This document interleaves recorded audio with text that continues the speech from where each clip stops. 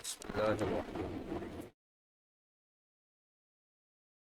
اللهم صل على رسول الله. وبعد فأعوذ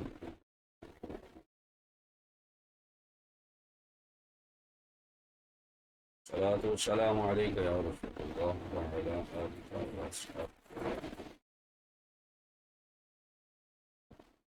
الصلاة والسلام عليك يا نبي الله وعلى آلك وأصحابك. لیکچر نمبر 33 غسل کے مسائل وستار سے ان رطوبتوں سے غسل واجب نہیں ہوتا. خصوص رطوبات کا بیان اور فقہی احوال جن میں بلا انزال غسل لازم نہیں ہوتا، یہ ہم کچھ پڑھ چکے ہیں. آج یہاں سے آغاز جو ہے وہ ہے رطوبت فرج. امام اعظم ابو حنیفہ رحمۃ اللہ علیہ کے نزدیک عورت کے فرج کے خارج سے خارج ہونے والی رطوبت وہ پاک ہے. اس میں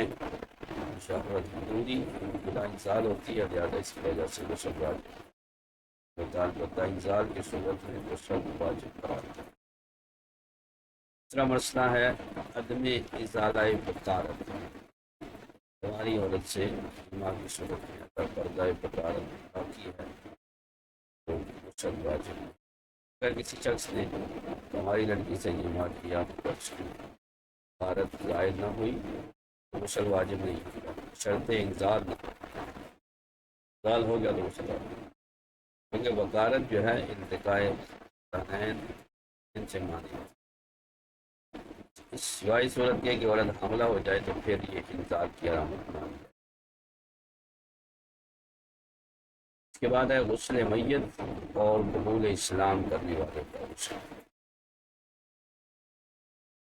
رات کو غسل دینے کی فرضیت کو پایا حالت جنابت میں جو کفر سے اسلام کی طرف آئے اس کا زندہ مسلمانوں پر میت کو غسل دینا فرضی کو پایا. انسا مشکل کا استثناء، انسا مشکل جس کی جنس متعین نہ ہو اس کو غسل نہیں دیا جائے گا بلکہ اسے تیمم کرایا جائے گا. حالت جسمانی اور میت کا غسل اسلامی شریعت میں احترام آدمیت کا ایک عظیم مظہر ہے. جو غسل کے پانی کی طہارت اور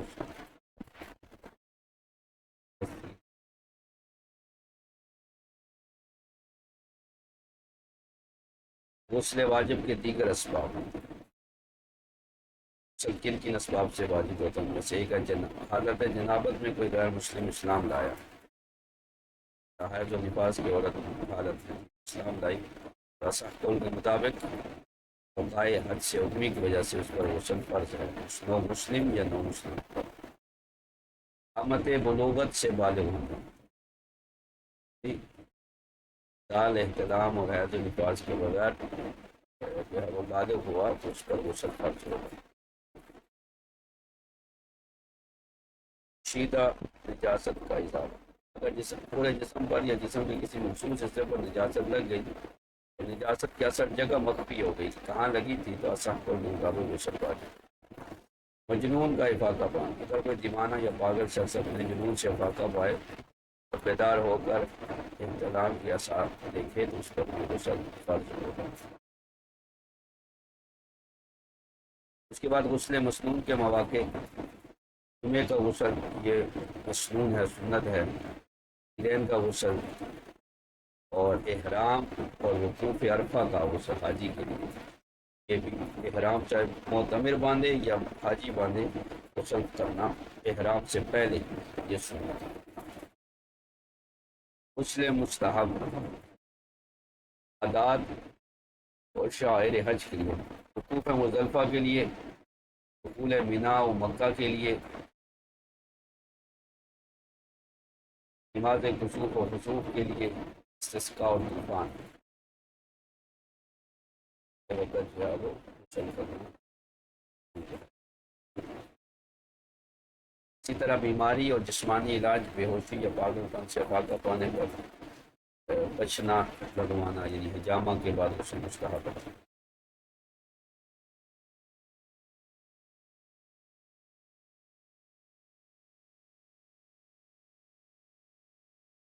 مقدس راتیں یعنی شب برات وغیرہ، شب قدر، شب عرفہ میں غسل مستحب ہے۔ مقدس شہر اور مجمع مدینہ منورہ میں داخل ہونے کی ضرورت لوگوں کے بڑے عوامی اجتماعات میں شرکت کے لیے نظام پر سے غسل کرنا۔ سوال زندگی نیا لباس پہننے پر، مناسب کی دعا کرنے پر، سفر سے واپسی پر، میت کو غسل دینے کے بعد اور مستحاضہ کا خون بند۔ اب ہے جی غسل کے اخراجات کی شریعت۔ عورت کے غسل کے جو اخراجات ہیں وہ شور پر واجب کہ فرض غسل یعنی حیض، نفاس اور جنابت، وضو کے لیے جو پانی خریدنے کی قیمت ہوگی وہ شور کے ذمہ دار، چاہے عورت مالدار ہو یا نہ۔ یہ پانی پینے کی طرح ناگزیر ہے، جس طرح پانی پینا ضروری ہے ناگزیر ہے، اسی طرح یہ غسل بھی ضروری ہے۔ اسی طرح غسل کے لیے حمام کی اجرت بھی شور کے ذمہ ہے۔ استثنائی صورت اگر بیوی کا غسل کسی شرعی واجب کی نیت سے نہ ہو بلکہ عام صفائی ستھرائی، بناؤ سنگار، راگندگی کو دور کرنے یا عام نظافت کی خاطر ہو تو ہمارے مشاہد کے مطابق ایسے اختیاری غسل کے اخراجات شور پر لازم۔ یہ آج کی گفتگو ہے پریزنٹیشن کی صورت میں۔ اب آتے ہیں کتاب کی طرف۔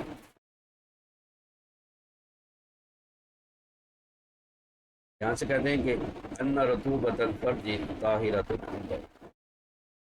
عورت کی فرج کی جو رطوبت ہے وہ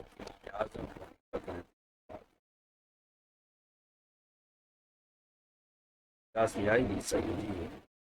فرج سے مراد فرج داخل ہے، فرج داخل کی جو رطوبت ہے وہ بھی بات ہے۔ بہرحال خارج جو ہے اس کی رطوبت بالاتفاق یعنی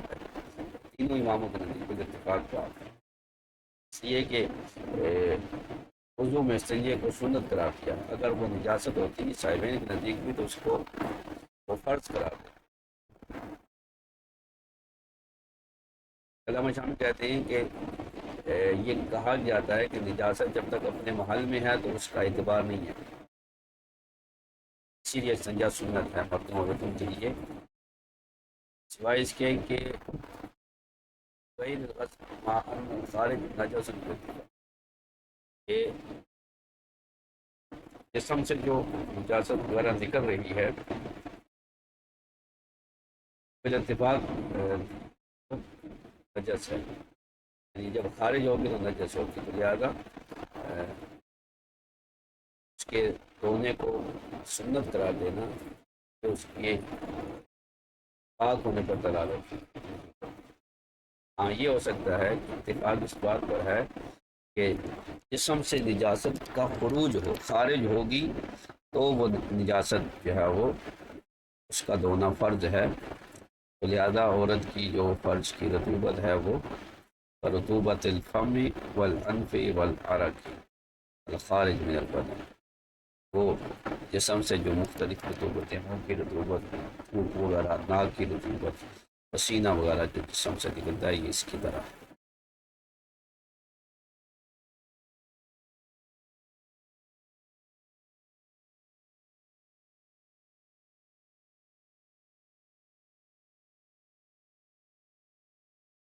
فتنبہ، بس اس بات سے آگاہ رہو، یعنی یہ اشارہ ہے اس طرف کہ جو اس نظم کوستانی میں جس کی بنیاد صاحبین کے قول پر ہے فلا تغفل، اس سے غافل نہ رہو، وتظن من جزمه بأنه متفق علیہ، اور جو نظم میں ہے کہ وہ صاحبین کے قول پر ہے بس اس سے غافل نہ رہو اور گمان کرو کہ اس کے جزم یعنی یہ مسئلہ اس کے جزم پر گمان کیا گیا ہے کہ یہ مسئلہ متفق علیہ ہے۔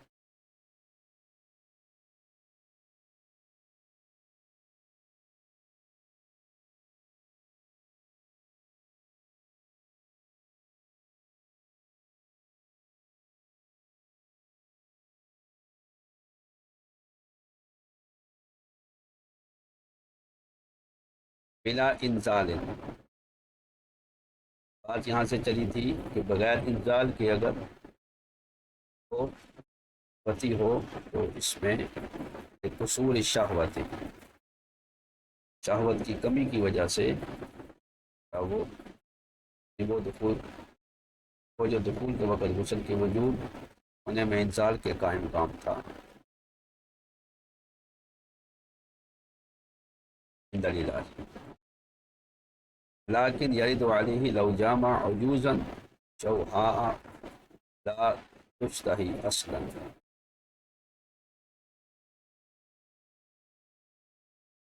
لیکن اس پر یہ اعتراض کیا گیا کہ اگر کسی نے انتہائی بوڑھی عورت سے جماع کیا وہ بالکل قابل شہوت نہیں، اس کے بارے میں کیا ہوگا؟ میں تو کہہ رہے ہیں یظہر لی الجواب بانہا قد ثبت لها وصف الاشتہاء فیما مضی، کیونکہ وہ بوڑھی عورت ماضی میں قابل اشتہا رہ چکی ہے، فیبقی حکمہ ولا، تو اس کا حکم ابھی تک باقی رہے گا مادام حیۃ، جب تک وہ زندہ ہے، کما ذکروا فی مسئلۃ المحاذات فی الصلاۃ، جس طرح مسئلہ محاذات یعنی نمازی کے ساتھ کو اگر کھڑی ہو جائے پوری عورت تو جو اس کا مسئلہ ہے وہی یہاں پر بھی ہوگا، بخلاف البہیمۃ والمیتۃ والصغیرہ، بخلاف جانور کے اور مردہ عورت کے اور صغیرہ عورت کے، اور صغیرہ جو کہ غیر مستحاد ہے، لہذا اس کا یہ حکم نہیں، اس میں ان میں جو شہوت ہے وہ کم ہے، قصور الشہوت، محمد هذا علت لعدم وجوب الغسل فيما تقدم، یہ غسل کی عدم وجوب کی علت ہے جو پہلے گزر چکی۔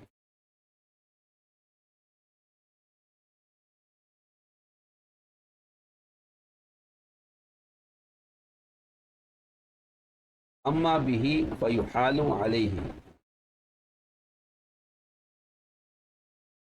یعنی اگر یہ ساری اشیاء یعنی کسی نے بہیمہ کے ساتھ یا مردہ کے ساتھ یا بچی کے ساتھ جماع کیا اور ان صورتوں میں انزال بھی ہوا تو جو ہے وہ فیحال وجوب الغسل علی الانزال، تو انزال کی صورت میں اس مسئلے کو، ان صورتوں کو وجوب غسل کی طرف پھیرا جائے گا، یعنی یہ ساری صورتوں سے کریں جب تک انزال نہ ہو، اگر انزال ہو گیا تو غسل واجب ہو جائے گا، کما جیسا کہ لا غسل، جیسا کہ غسل نہیں ہے اس شخص پر لو عطا جو آیا ذراء ولم یزل عذرتا، ایسی کنواری عورت کے پاس کہ جس کے پردہ بکارت جو ہے وہ زائل نہیں ہوا، ضمن وسکون البکارت فإنها تمنع التقاء، کیونکہ بکارت جو ہے پردہ بکارت یہ دو شرمگاہوں کو ملنے سے روکتی ہے،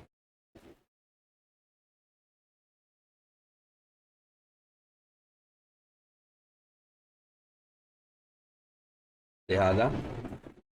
مرد اور عورت کی شرمگاہوں کو ملنے سے روکتی ہے، اس لیے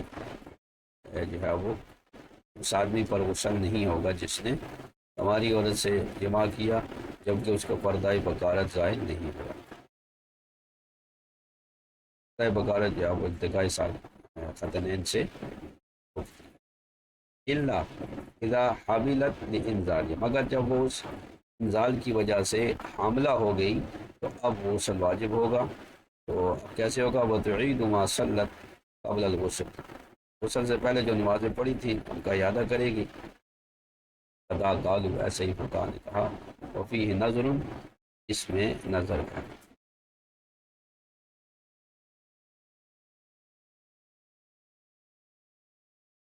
جب وہ حاملہ ہو گئی تو یہ دلیل ہے کہ اس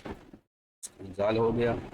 یعنی تو التقاء ختنین ہو گیا تو اس پر غسل واجب ہو گیا، غسل سے پہلے جو اس نے نمازیں پڑھی تھیں یہ غسل نہیں کیا تھا اور نمازیں جو پڑھی تھیں ان کا اعادہ کرے گا، گویا وہ ایسے ہی ہے کہ اس نے بغیر طہارت کی نماز پڑھی، لہٰذا اعادہ اس پر ضروری ہوگا۔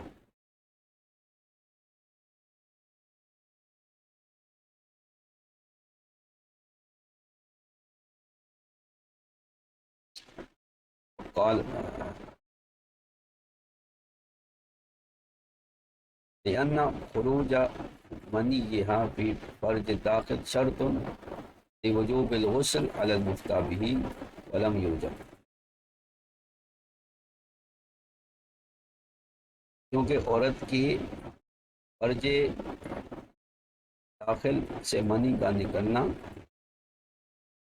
یہ وجوب غسل کے لیے شرط ہے مفتیٰ بھی قول کے مطابق، ولم یوجد اور وہ نہیں پایا گیا، لہذا اس پر غسل فرض نہیں ہوگا۔ قالہ الحلبی، اس کو امام حلبی نے ذکر کیا اپنی کتاب شرح صغیر میں، قال فی الکبیر ولا شک انہ مبنی علی وجوب الغسل علیہا بمجرد انفصال منیہا الى رحمها وهو خلاف الاصح الذي وظاہره، یعنی کبیر میں انہوں نے فرمایا کہ اس میں کوئی شک نہیں کہ عورت پر غسل کے وجوب پر یاد اس بات کی ہے کہ اس کی منی جو ہے اس سے جدا ہو کر اس کے رحم میں آئے، یہ اصح قول کے خلاف ہے جو ظاہر ہوتا ہے، لہذا جب تک پردہ بکارت باقی ہے یا اس کو وہ حاملہ نہیں ہوئی تو اس پر غسل واجب نہیں ہوگا۔ وَيَجِبُ أَن يُفْرَضُ عَلَى الْأَحْيَاءِ الْمُسْلِمِينَ، یعنی غسل کرانا فرض قرار دیا گیا ہے زندہ مسلمانوں پر،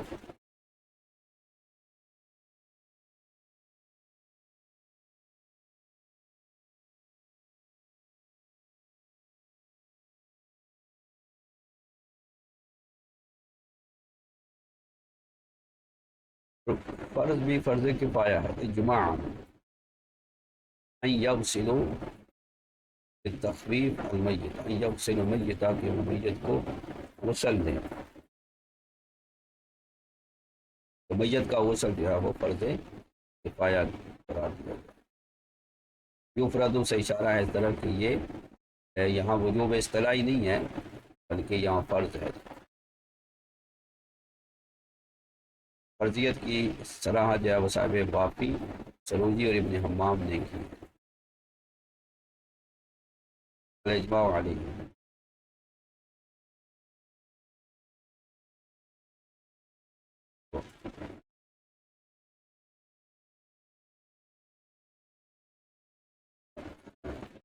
فضائن میں اشارے کہتے ہیں، میں کہتا ہوں حاضر تعلق کی فضائن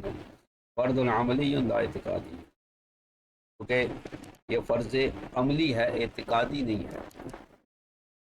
یہ کہ یہ دلیل قطعی سے ثابت نہیں ہے اور نہ اس پر اتفاق ہے، اس لیے بعض فقہاء نے اسے واجب قرار دیا ہے، اللہ سمو ہو واجبہ ثبوت الجواز بھی ہو، یہ کہ ایسا ممکن ہے کہ غسل کے بغیر ہی اس کی تدفین جو ہے وہ کر دی جائے، ایسا جو ہے وہ قرار دیا گیا۔ جہاں واجب کہا گیا وہ فرض اعتقادی کی صورت میں نہیں ہے، اور جہاں فرض کہا گیا وہ فرض عملی ہے، فرض اعتقادی نہیں ہے۔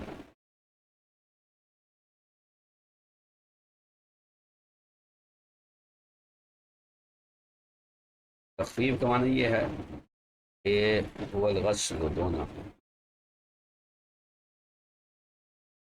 میت کو غسل دینا،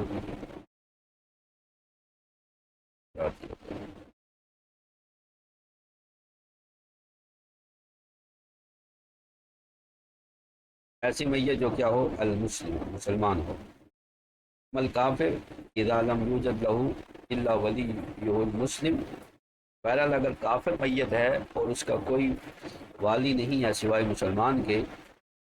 وَيُسِيلُ عَلَيْهِ الْمَاءَ كَخَرْقَةِ النَّجَسَةِ مِنْ غَيْرِ مُلَاحِظَةِ السُّنَّةِ، اس پر وہ مسلمان ایسے پانی بہائے گا جیسے ناپاک کپڑے پر پانی بہایا جاتا ہے بغیر سنت کا لحاظ کیے، یعنی جس طرح سنت طریقہ ہے مسلمان میت بنانے کا، نہلانے کا، یہ طریقہ اس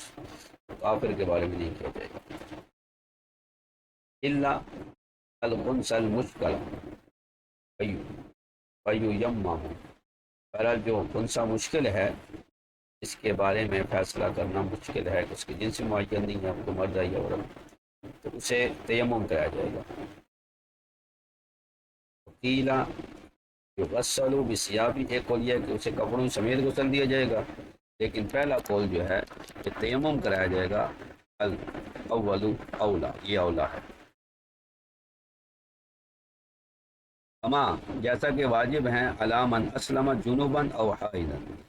اس شخص پر غسل کرنا واجب ہے جو مسلمان ہوا حالت جنابت میں، یا مسلمان ہوئی وہ عورت نفاس میں یا حیض و نفاس میں تھی اور مسلمان ہو گئی،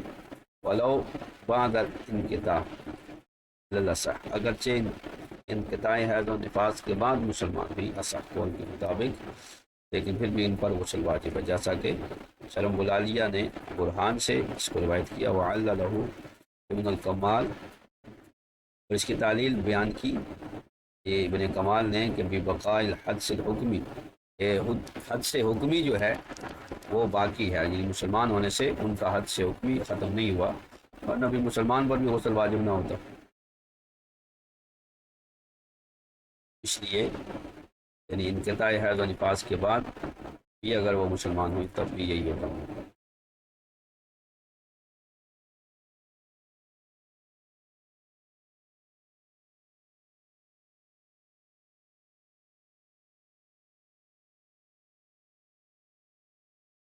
او بالغا لا بسن، اسی طرح اس شخص پر بھی غسل واجب ہے جو بالغ ہوا، بالغا لا بسن، یہاں کے عمر کے ساتھ، بل بانزال او حید، بلکہ عمر کے ساتھ نہیں بلکہ حیض و نفاس، حیض کے ساتھ، یا انزال، لڑکا تھا تو انزال کے ساتھ اس کو احتلام وغیرہ ہو گیا یا انزال ہو گیا پتی کی صورت میں، تو عورت تھی تو اسے حیض ہو گیا، تو ان پر بھی غسل واجب ہے۔ انزال عام ہے، غلام میں بھی، یعنی لڑکے میں بھی لڑکی میں بھی، اور حیض جو ہے وہ اسی میں ہوگا۔ او ولدت ولم تر دمن، یا عورت نے بچہ جنا اور لم تر دمن، اور خون نہیں دیکھا، یہ امام صاحب کا قول ہے، وہ بھی اخذ کثیر اکثر المشائخ، اسی کو اکثر مشائخ نے دیا، کیونکہ کوئی ولادت بغیر خون کے نہیں ہوتی، یہ امام صاحب نے دی، اگرچہ خون نہ بھی پایا گیا ہو پھر بھی غسل جو ہے وہ عورت پر اس جو ہے وہ واجب ہوگا، اور امام یوسف کہہ رہے ہیں، اور یہی روایت امام محمد سے ہے، کہتے ہیں کہ جب تک غسل خون نہیں ہے غسل واجب نہیں ہے، اور اس کو صحیح قرار دیا صحہ تبیین، تبدیل میں حقائق اور برہان ہے، اور وہ مشاء علیہ فی نور النظام، لیکن اسے سراج الوہاج میں ہے ان المختار الوجوب احتیاطاً وهو الاصح، تو احتیاطاً جو ہے وہ وجوب مختار ہے، لہذا یہی اصح ہے کہ کوئی ولادت بغیر خون کے نہیں ہوتی، لہذا اگر عورت نے بچہ جنا اور خون نہیں پایا گیا پھر بھی اس پر دم جو ہے وہ نفاس واجب ہوگا، اس کے ختم ہونے کے بعد وہ غسل کرے گی۔ او اصابہ کل بدن نجاست او بعدہ وخفی مکان، یا سارے جسم پر کوئی نجاست لگ گئی، کوئی آدمی نجاست میں گر پڑا، آج کل زمانے میں کوئی گٹر میں گر جاتا ہے تو اس طرح کسی نجاست میں گر گیا، یا جسم کے بعد حصے پر نجاست لگ گئی اور وہ اب جگہ بھول گیا ہے، جگہ پوشیدہ ہو گئی، تو اصح قول کے مطابق اب بھی اس آدمی پر غسل واجب ہوگا۔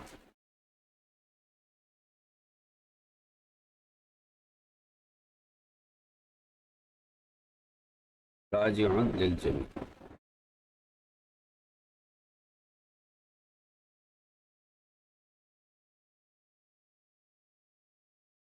اصح قول کے مطابق ان تمام اقوال کو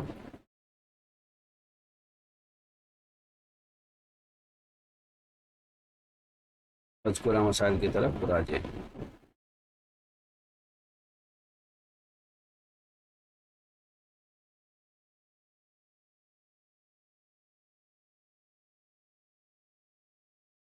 تاۃ الخانیہ ماضین للعتابیہ، اور تاۃ الخانیہ میں عتابیہ کی طرف منسوب ایک روایت ہے کہ والمختار وجوبہ علی مجنون افاقہ، کہ مختار مذہب یہ ہے کہ مجنون پر بھی غسل کا وجوب ہے جب اسے جنون سے افاقہ حاصل ہو۔ قل تو سارے کہتے ہیں، میں کہتا ہوں وہو یخالف ما یأتی متنا، یہ مخالف ہے اس کے جو آنے والا متن ہے، الا ان یحمل انہ را منی، ہاں مگر اس صورت میں ہو سکتا ہے اسے محمول کیا جائے کہ جب مجنون اپنے جنون سے افاقے کے بعد کوئی منی وغیرہ دیکھے تو اس پر پھر غسل واجب ہوگا۔ السکران والمغمى علیہ کذالک یراجع، اور پھر نشے والا اور جس پر غشی طاری ہو وہ بھی مجنون کے حکم میں ہوگا۔ یراجع والا، یہ کتب کی طرف رجوع کیا جائے گا۔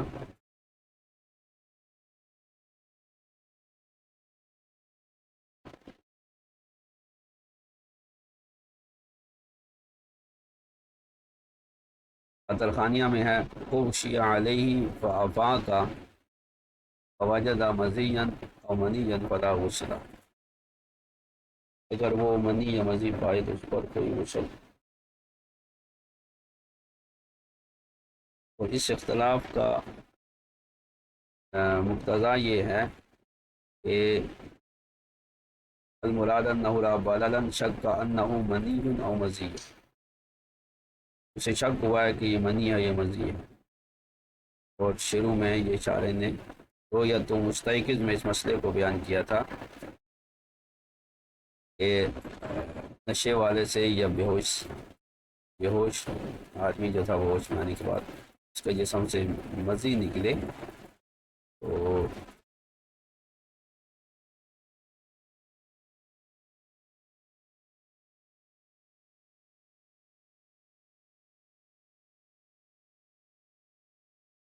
نہ برؤیت المنی یجب الغسل،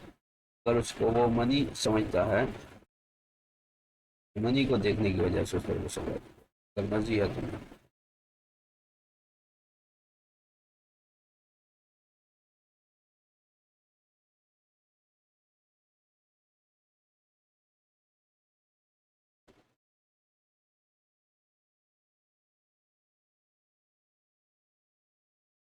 وَإِلَّا بِأَنْ أَسْلَمَ طَاهِرًا،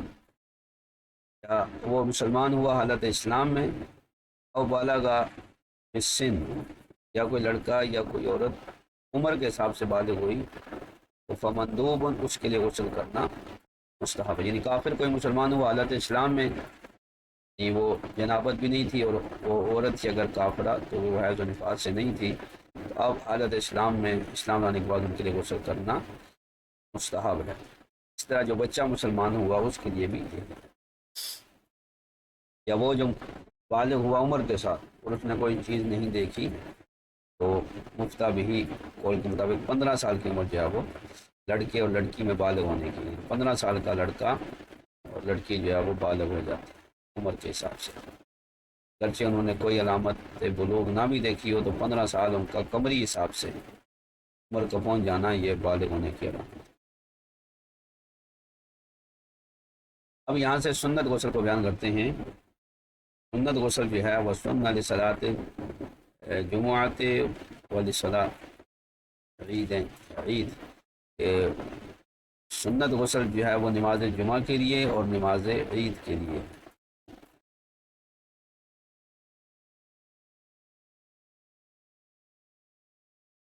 بستانی نے ذکر کیا کہ وہاں بعض مشائخ نے کہا کہ ان 4 غسل مستحب ہیں، امام محمد کے اس قول سے اخذ کیا۔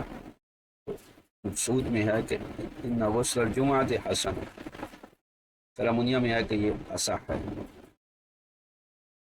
اور اسی کو تربیتی عبدالغنی نے، لیکن ان کے شاگرد ابن امیر الحاج نے خطبہ میں کہا کہ جمعے کے غسل کا سنت ہونا یہ مواظبت سے منقول ہے، لہذا یہ جو ہے وہ محض مستحب نہیں ہے بلکہ یہ سنت ہے۔ اور بس تو ذالک مع بیان عدم دلائل عدم وجوب، اور اس کے ساتھ ساتھ انہوں نے اس کے عدم وجوب کے دلائل کو بھی بیان کیا۔ امام مالک نزدیک اس کا جمعہ واجب ہے، بس صحیح، یہی صحیح ہے، یعنی نماز کے لیے یہ غسل جو ہے وہ سنت ہے، وہ ظاہر الروایت، یعنی نماز عید کے لیے اور نماز جمعہ کے لیے جو ہے وہ یہ غسل ہے۔ وہ قول ابی یوسف و حسن بن زیاد، وہ کہہ رہے ہیں کہ دن کے لیے، جمعے کے دن کے لیے سنت ہے، اور یہ بات امام محمد کی طرف بھی منسوب ہے۔ اختلاف مذکور جو ہے وہ جاری ہوگا یہ غسل العید، غسل عید میں بھی، کہ عید کا جو غسل ہے وہ عید کے دن کے لیے ہے یا نماز عید کے لیے۔ اب اس اختلاف کا اثر جو ہے وہ اس پر ہے کہ جس پر غسل جمعہ فرض نہیں تھا، اگر اس نے غسل کر لیا، پھر اسے حدث ہوا غسل کے بعد، پھر اس نے وضو کیا، تو کیا اس نے فضیلت کو پا لیا؟ تو امام حسن بن زیاد کے نزدیک اس نے فضیلت غسل کو پا لیا، کیونکہ جمعے کے دن یا عید کے دن ہی اس نے غسل کیا، جبکہ امام ثانی جو ہے امام ابو یوسف کے نزدیک اس نے نہیں پایا۔ کافی میں ہے تدافی من اغتسل قبل الفجر وصلی به ینال به عند الثانی لا عند الحسن، جبکہ کافی میں ہے کہ جس نے فجر سے پہلے غسل کیا اور اس کے ساتھ اسی غسل کے ساتھ فجر پڑھی، تو امام ثانی یعنی امام یوسف کے نزدیک اس نے جو ہے وہ سنت کو پا لیا، اور امام محمد کے نزدیک نہیں۔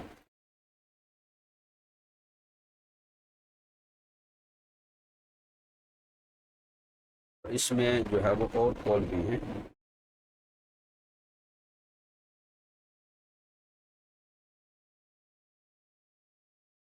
اس طرح تھا فيه اظہارا لشرفه ومزید اختصاص سے گئی ہے، انہوں نے جو ہے وہ جمعے کے دن کے لیے اس کو شرط قرار دیا اس کے شرط کی وجہ سے، اور یہ بھی کہا گیا ہے کہ فی من اغتسل قبل الغروب، جس نے غروب سے پہلے غسل کر لیا اس کو بھی یہ سنت حاصل ہوگی۔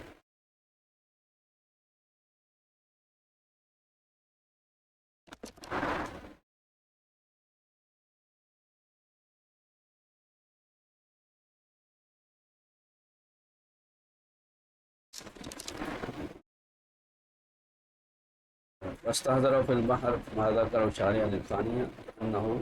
لا یعتبر، یعنی یہ جمعہ کے دن یا عید کے دن غروب سے پہلے غسل کرنا یہ کسی کے ہاں بھی معتبر نہیں ہے، جو ہے وہ معتبر نہیں قرار دیا، کیونکہ غسل کی مشروعیت کا سبب جو ہے نا وہ اذیت بری روح کو دور کرنا ہے اجتماع سے، اور وہ اجتماع تو ہو چکا ہے۔ حسن بن زیاد کہہ رہے ہیں وَإِنْ قَالَ هُوَ الْيَوْمُ، وہ اگرچہ کہہ رہے ہیں کہ جمعے کے دن کے لیے یا عید کے دن کے لیے غسل ہے، لیکن شرط تقدم علی الصلاۃ، لیکن شرط کے ساتھ کہ نماز پر اس کو مقدم کرے، یعنی نماز سے پہلے غسل کرے، اور درمیان میں حدث کا ہونا جو ہے وہ غسل اور وضو کے درمیان یہ کوئی مضر نہیں ہے، امام یوسف کے نزدیک مضر ہے۔ اور سیدی عبدالغنی نابلسی نے یہاں پر ایک نفیس بحث کی ہے، جسے ہدیہ ابن عماد سے نقل کیا۔ خلاصہ یہ ہے کہ فقہاء نے اصرار کیا کہ یہ چار غسل جو ہے نجابت کے لیے ہیں، نہ کہ طہارت کے لیے، باوجود اس کے کہ اگر ان میں حدث آ جائے تو دوبارہ جو ہے وہ وضو کر لیا جائے۔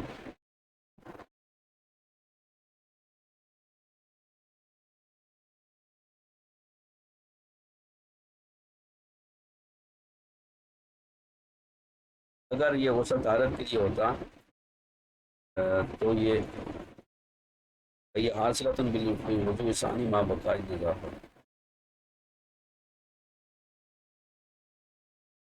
اگر یہ غسل طہارت کے لیے ہو تو یہ دوبارہ وضو کے ساتھ حاصل ہو جائے گی جب تک نظافت باقی رہے گی۔ فالاولیٰ عندی الاجزاء وان تخلل الحدث، فرماتے ہیں کہ میرے نزدیک اولا یہ ہے کہ یہ کفایت کرتا ہے، یعنی جمعے کے دن وضو کر لینا یہ کافی ہے، اگرچہ بعد میں جو ہے وہ حدث آ جائے۔ یا مقتضی حدیث الواردہ فی ذالک طلب حصول النظافت ہوتا، کیونکہ اس بارے میں جو حدیث آئی ہے وہ صرف نظافت کے لیے آئی تھی، اور اس کی تائید اس سے بھی ہوتی ہے کہ نماز کے لیے جلدی آنا اس کو مطلوب قرار دیا گیا ہے، اول سات افضل ہے، اور وہ اول سات جو ہے نا طلوع شمس سے شروع ہو جاتی ہے، اور ربما یعصر مع ذلك بقال وضوء الى وقت الصلاة، تو طلوع شمس سے لے کر زوال تک وضو کو برقرار رکھنا یہ بہت مشکل ہے، خصوصاً فی اطول الايام، بڑے دنوں میں، اور زیادہ غسل جو ہے وہ مشکل ہے۔ وما جعل علیکم فی الدین من حرج، اس لیے جو ہے وہ گنجائش رکھی گئی ہے کہ جمعہ کے دن جس نے غسل کر لیا تو یہ غسل اضافت ہے، غسل طہارت نہیں، زیادہ وہ غسل ہو گیا اور سنت اس کو حاصل ہو جائے گی۔ اور اس کی تائید اس میں بھی ہوتی ہے جو معراج الدراجہ میں ہے کہ اگر کسی نے جمعرات کو غسل کیا یا جمعے کی رات غسل کیا تو اس نے سنت کو پا لیا، یہ کہ اس نے مقصود حاصل کر لیا، اور وہ ہے بری کو ختم کرنا۔ یہ عام طور پر گاؤں وغیرہ میں ہوتا ہے کہ جہاں شدید سردی کی وجہ سے جمعے کے دن صبح غسل کرنا ممکن نہیں تو لوگ رات کو ہی غسل کر لیتے ہیں، ایسی جگہوں پر اگر یہ صورت ہو گئی کہ کسی نے جمعرات کو ہی غسل کر لیا یا جمعرات کی رات غسل کر لیا تو اسے جمعے کے دن کی فضیلت جو ہے وہ حاصل ہو جائے گی۔ اما فی غرر الاذکار وغیرہ وفی الخانیہ لو اغتسل بعد صلاۃ الجمعہ لا یعتبر الجمعہ، اگر کسی نے جمعے کی نماز کے بعد غسل کیا تو یہ معتبر نہیں ہوگا بل جمعہ۔ ویکفی غسل واحد لعید و جمعہ، اگر عید اور جمعہ اکٹھے آ گئے تو ایک ہی غسل عید کے لیے اور جمعے کے لیے کافی ہے، الگ سے غسل کرنے کی ضرورت نہیں ہے، کیونکہ یہ بات ہو چکی کہ یہ غسل طہارت نہیں بلکہ غسل جو ہے وہ نظافت ہے، کی جو ہے وہ آ گئی ہے، لہذا اب دوسرا غسل ضروری ہے۔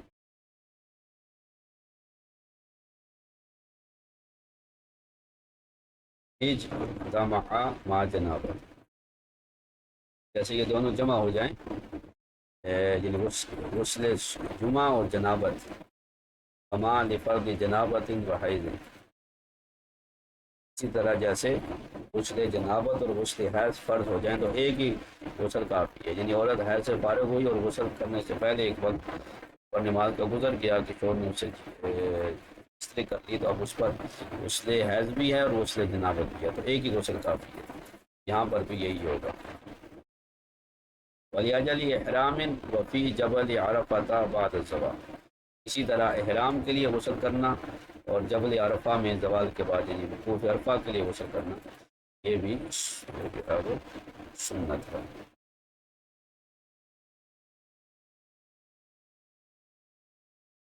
اب احرام چاہے حج کا ہو یا عمرے کا ہو یا دونوں کا ہو،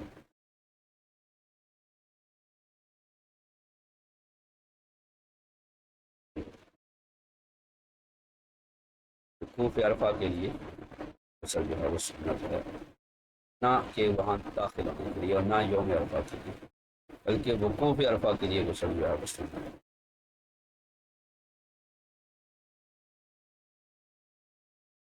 اب یہاں پر ایک مطلب قائم کیا ہے، یوم عرفہ افضل من یوم الجمعہ، یوم عرفہ جو ہے یہ جمعے کے دن سے فضیلت کرتی ہے، دنوں میں سب سے افضل دن سال میں یوم عرفہ ہے، اور پھر ہفتے کے دنوں میں افضل دن جو ہے وہ یوم جمعہ ہے۔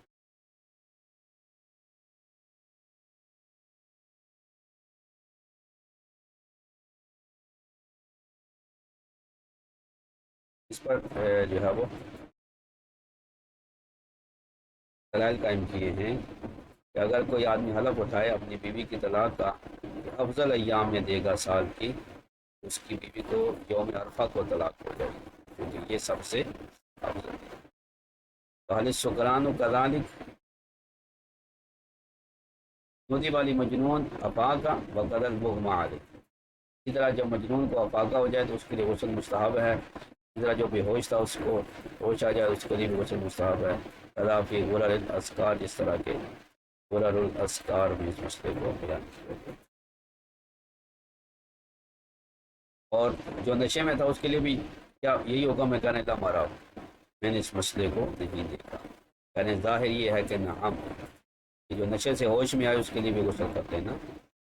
جو ہے وہ مستحب ہے، لیکن اگر وہ منی وغیرہ دیکھے گا تو پھر اس کے لیے واجب ہوگا. یہ اس صورت میں ہے کہ جب وہ نہ دیکھے. اندہ حجامت، اور حجامہ کرانے کے بعد، اس سے فارغ ہونے کے بعد، وفی لیلۃ براءۃ وعرفۃ وقدر، شب برات اور شب عرفہ اور شب قدر، اذا رآہا، شب قدر کو جب دیکھے تو اس کے لیے یقین ہو یا عمل اتباع کرتے ہوئے جو اس کے لیے شب بیداری کے لیے جو جگہ جاتا ہے تو اس میں غسل کرنا مستحب ہے. وعند الوقوف بمزدلفہ غداۃ یوم النحر، اور وقوف مزدلفہ جو عید کے دن صبح ہوتا ہے غلس میں، صبیحۃ، عید کے دن صبح سویرے جو غلس میں نماز پڑھ کے پھر وقوف عرفہ کرتے ہیں طلوع الشمس تک للوقوف، اس کے لیے بھی غسل مستحب ہے. وعند دخول منی یوم النحر، منی میں یوم نحر کو داخل ہونے کے لیے لرمی الجمرہ، رمی جمرہ کے لیے غسل کرنا مستحب ہے. اسی طرح بقیہ رمیوں کے لیے بھی یہی ہے. وعند دخول مکہ طواف زیارہ، اور اسی طرح مکہ مکرمہ میں طواف زیارت کے لیے داخل ہونے کے لیے بھی غسل کرنا مستحب ہے. نماز کسوف کے لیے، نماز خسوف کے لیے، نماز استسقاء کے لیے، فضع اور خوف کے وقت، اور ظلمت اندھیرے کے وقت یا سخت آندھی ہے اس وقت غسل کرنا مستحب ہے. وقضا لدخول المدینہ، اسی طرح مدینہ طیبہ میں داخل ہونے کے لیے غسل کرنا مستحب ہے. ولحضور مجمع الناس، اسی طرح لوگوں کے اجتماع میں وغیرہ میں جانے کے لیے، شادی بیاہ ہو گئے یا مذہبی اجتماع ہو گئے جہاں لوگوں کی گیدرنگ ہے وہاں بھی جانے کے لیے غسل کر لینا مستحب ہے.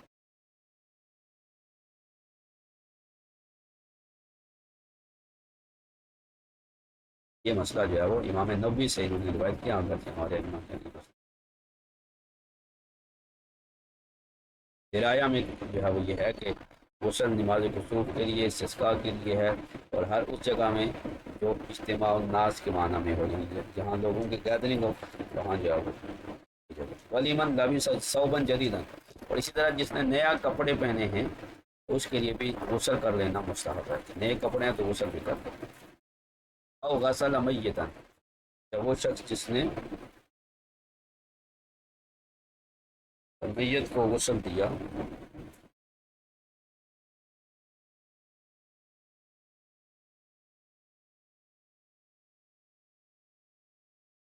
اس کے لیے بھی جو ہے وہ غسل کر لینا مستحب ہے. او یراد،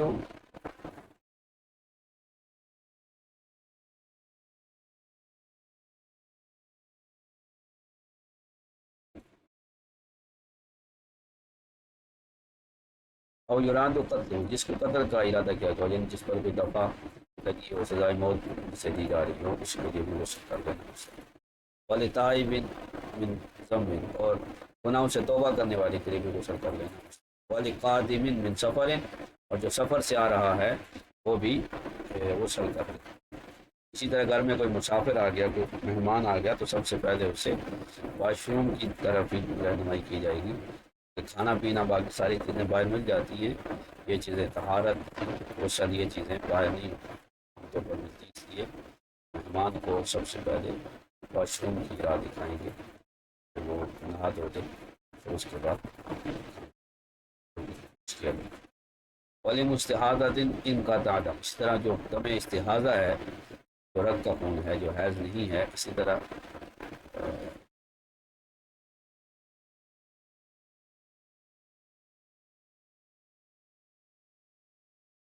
احتلام والا جو اپنی بیوی سے دوبارہ حقوق زوجیت ادا کرنا چاہے تو اس کے لیے وہ غسل کر لینا مستحب ہے. اسی طرح جو عمر سے بالغ ہو گیا یا مسلمان بالغ ہوا تو یہ تقریباً 30 سے زائد مسائل ہیں جن میں جو ہے وہ غسل کر لینا مستحب ہے. اب یہاں سے اس کی قیمت بیان کرتے ہیں. سمن و مائع اغتسالیہ و وضوئہا علیہ، غسل کے پانی کی قیمت اور وضو کے پانی کی قیمت کی جو ہوگی وہ اس کے شور پر ہوگی، ولو غنی یتن، اگرچہ اگر غنی ہو، جیسا کہ فتح البار، اس لیے کہ لہٰذا لابد الامن ہو فسارہ کا شرب، یہ کہ اس کے لیے ضروری ہے، یہ پینے کی طرح ہے۔ فاجرۃ الحمام علیہ، اس طرح بیوی کے نہانے کی جو اجرت ہوگی حمام میں وہ بھی شور پر۔ ولو کان الاغتسال لا من جنابۃ وحید بل لازالۃ، اگر وہ غسل جنابت اور حیض کے لیے نہیں ہے بلکہ اس کے علاوہ ہے، ازالت شعاث تفاتی قال شیخنا الظاہر لا یرجع، اگر ایسا غسل ہے جو فرض نہیں ہے بلکہ میل کو چل کو دور کرنے کے لیے ہے، تو ہمارے شیخ نے فرمایا کہ اس کی اجرت جو ہے وہ شوہر پر لازم نہیں ہوگی۔ یہاں ہمارے شیخ سے مراد شیخ خیر الدین رملی ہیں، انہوں نے حاشیہ المنت میں اس کو روایت کیا، کیونکہ وہ جو ہوگا وہ پینے کے پانی کی طرح نہیں ہے یہاں تک کہ اسے نفقہ کے حکم میں ہو جائے، بلکہ وہ شور کے لیے مزین ہونے کی طرح، وہ خوشبو کی طرح، وہ اس پر لازم نہیں۔ ظاہر یہ کرنا لو امرہا بیزانتہ لا یلزم الا اذا دافع لها،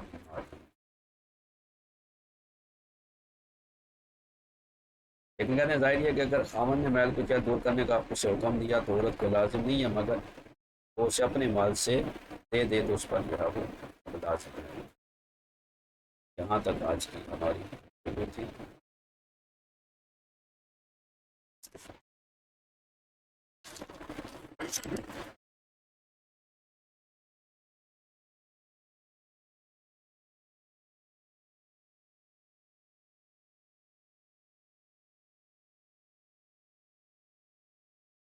اگر کسی کا کوئی سوال ہے تو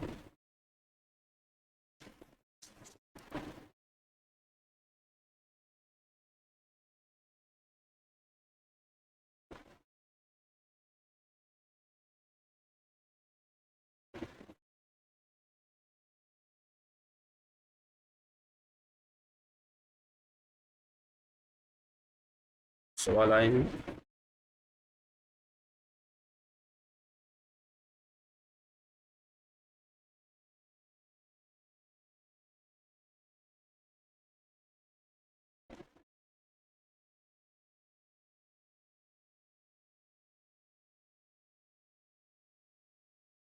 حاملہ کی شدت جو ہے وہ وضع حمل ہوگی، اس میں اختلاف ہے کہ وہ ایک کو یہ ہے کہ وہ ابعد الاجلین ہوگی، دو میں سے جو سب سے لمبی ہوگی وہ ہے، اور ایک یہ ہے کہ وہ وضع حمل ہے۔ حضرت عمر جو تھے وہ وضع حمل کو لیتے تھے،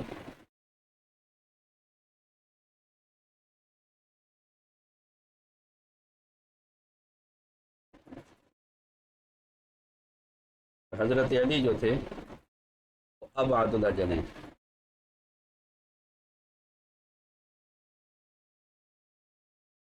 تو احناف جو ہے وہ حضرت اللہ ابن حضرت عمر رضی اللہ تعالیٰ عنہ کے قول کو لیتے ہیں۔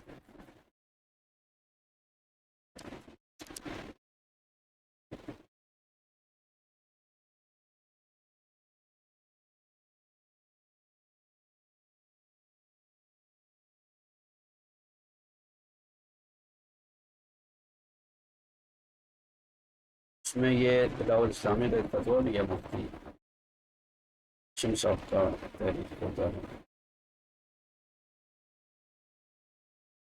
حاملہ عورتوں کی عدت وضع حمل تک ہے، خواہ عدت ہو یا وفات، طلاق کی ہو یا وفات کی ہو، لہٰذا حضرت عمر کے قول پر احناف نے اپنا مذہب کیا، کیونکہ صحابہ کرام کے اختلاف ہے اور کوئی نص نہیں تھی، لہذا حضرت علی مرتضیٰ نے اجتہاد سے کام لیا، اور حضرت عمر نے جو ہے وہ سورہ طلاق جو ہے، حضرت عبداللہ ابن مسعود بھی فرماتے تھے کہ یہ جو تھی وہ بعد میں نازل ہوئی سورہ بقرہ کے، لہٰذا اس پر اگر کوئی مجھ سے مناظرہ کرنا چاہے تو میں وہ مناظرہ بھی کر سکتا ہوں، لہٰذا وہاں پر ہے وَأُولَاتُ الْأَحْمَالِ أَجَلُهُنَّ أَن يَضَعْنَ حَمْلَهُنَّ، کہ وہ جو حاملہ ہیں وہ اپنی عدت فرض حمل حاملہ ہے یا غیر حاملہ، حاملہ ہے تو وہ چاہے عدت وفات گزارے یا عدت طلاق، فرض حمل اس کی عدت ہے۔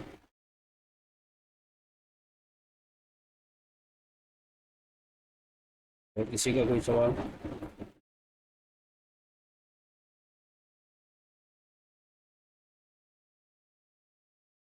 ٹھیک ہے، اگر نہیں تو کلاس کریں گے۔